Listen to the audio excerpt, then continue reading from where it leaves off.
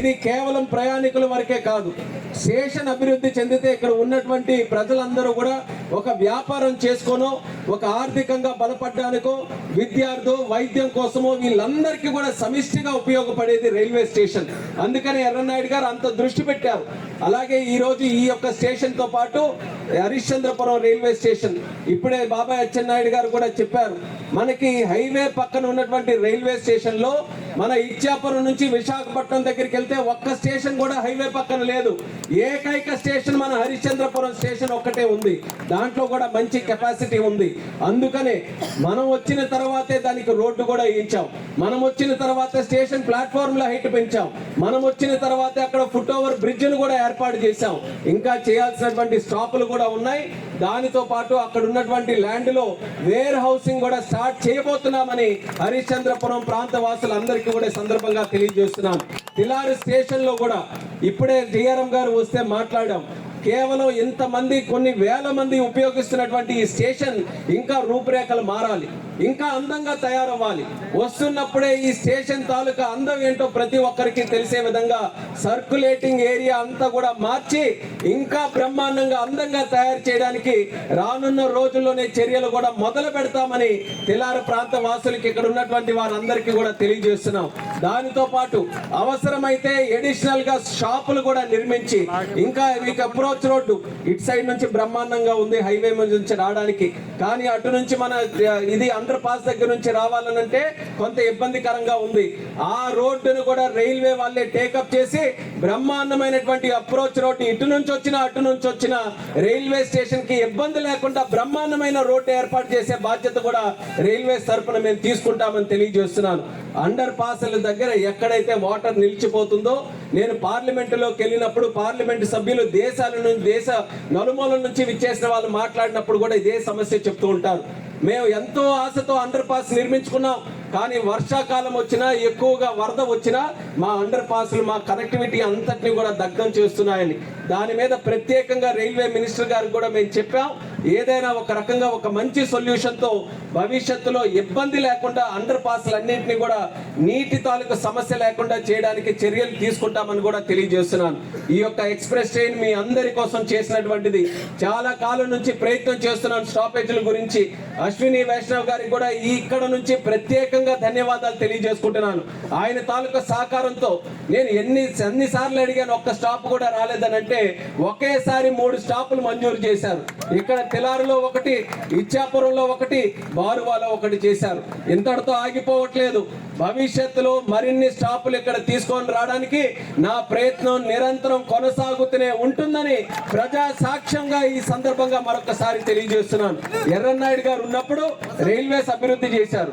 ఎర్రన్నాయుడు గారు ఉన్నప్పుడు హైవేస్ అభివృద్ధి చేశారు. 2 లేన్లను మనం 3 లేన్లుగా చేసుకొని ఆ హైవేస్ ను కూడా ఈరోజు చేశాం. ఈ రోజు మా ఇద్దరి మీద ప్రధానమైనటువంటి బాధ్యత ఉంది. జిల్లాని మరింత అభివృద్ధి చేయాలి, వెనకబాటు తనాన్ని మనం తీసివేయాలి, మళ్ళీ ఒక ప్రధానమైన అభివృద్ధి చెందిన జిల్లాగా తయారు చేయాలి. అందుకే ఒక పక్కన పోర్టు తయారు చేయడానికి అచ్చెన్నాయుడు గారు పూనుకొని ఈ రోజు మనం మూలపేటలో బ్రహ్మాండమైనటువంటి పోర్టు ఈ సంవత్సరంలో ప్రారంభించబోతున్నామని ఈ సభాముఖంగా తెలియజేస్తున్నాను. అలాగే మా శాఖ తరపున ఒక ఎయిర్పోర్ట్ కూడా మనకి నిర్మించాలని నా వంతుగా నా ప్రయత్నం కూడా నేను చేస్తున్నాను. అంటే హైవేస్, రైల్వేస్, పోర్టు, సముద్ర మార్గంలో, అలాగే మన ఎయిర్పోర్టు ఇవన్నీ కూడా మన జిల్లాలో ఏర్పాటు చేసుకుంటే మన రాష్ట్రం దేశమే కాదు విదేశాల నుంచి కూడా ఎవరైనా ఇక్కడికి రావడానికి అందరికీ కూడా ఆమోదయోగ్యంగా ఉంటుంది, పెట్టుబడులు పెట్టడానికి ఉంటుంది. ఎందుకనంటే నా ముందు కనబడుతున్న వాళ్ళు అత్యధికంగా ఉన్నది యువత. ఈ రోజు ఉన్నారు, యువత కోరుకుంటున్నారు ఉద్యోగాలు రావాలి, కంపెనీలు రావాలి, జిల్లా అభివృద్ధి చెందాలని. మోదీ గారి తాలూకా సహకారం మనకుంది, ప్రధానమంత్రి గారి సహకారం, అలాగే చంద్రబాబు నాయుడు గారి తాలూకా ఆశీర్వాదం ఉంది. వీళ్ళిద్దరి శక్తుల్ని కూడా మనం ఉపయోగించుకొని జిల్లాని అన్ని విధాలుగా మేము అభివృద్ధి చేస్తాం.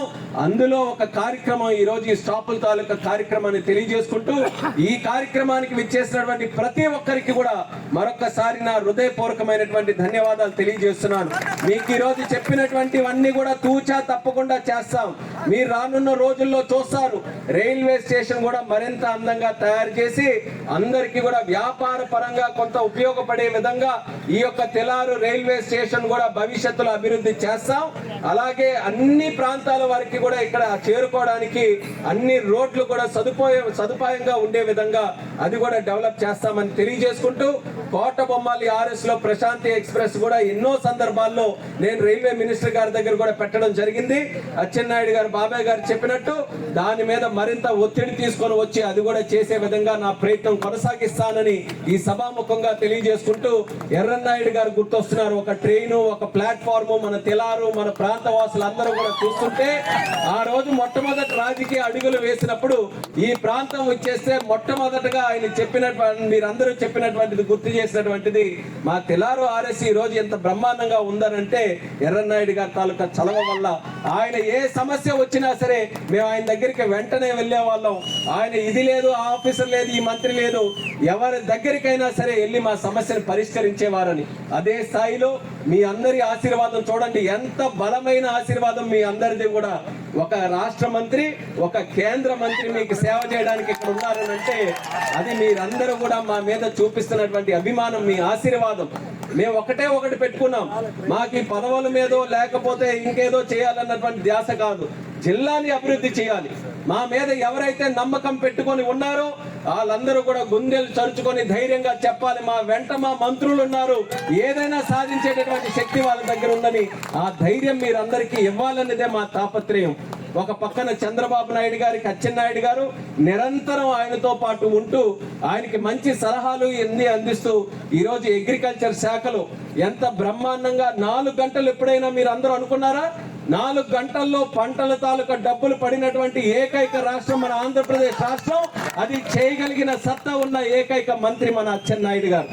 ఏ బాధ్యత ఆయనకి చంద్రబాబు నాయుడు గారు అప్పచెప్పినా సరే తూచా తప్పకుండా 100కి 100% కాకుండా 150% వరకు చేసినటువంటి ఘనత మన అచ్చెన్నాయుడు గారి దగ్గర ఉంది.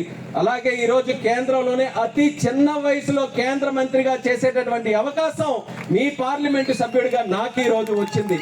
మోదీ గారి తాలూకా నిత్య సహకారం, అండదండలు ఉన్నాయి. ఆయనకు కూడా చాలా ఇష్టం ఎవరు యువకులంటే.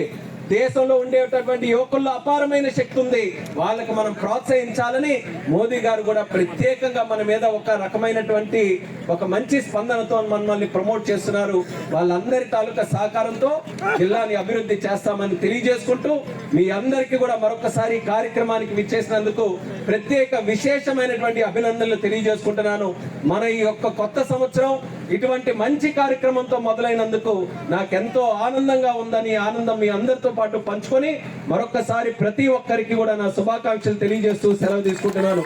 జై హింద్, జై జన్మభూమి.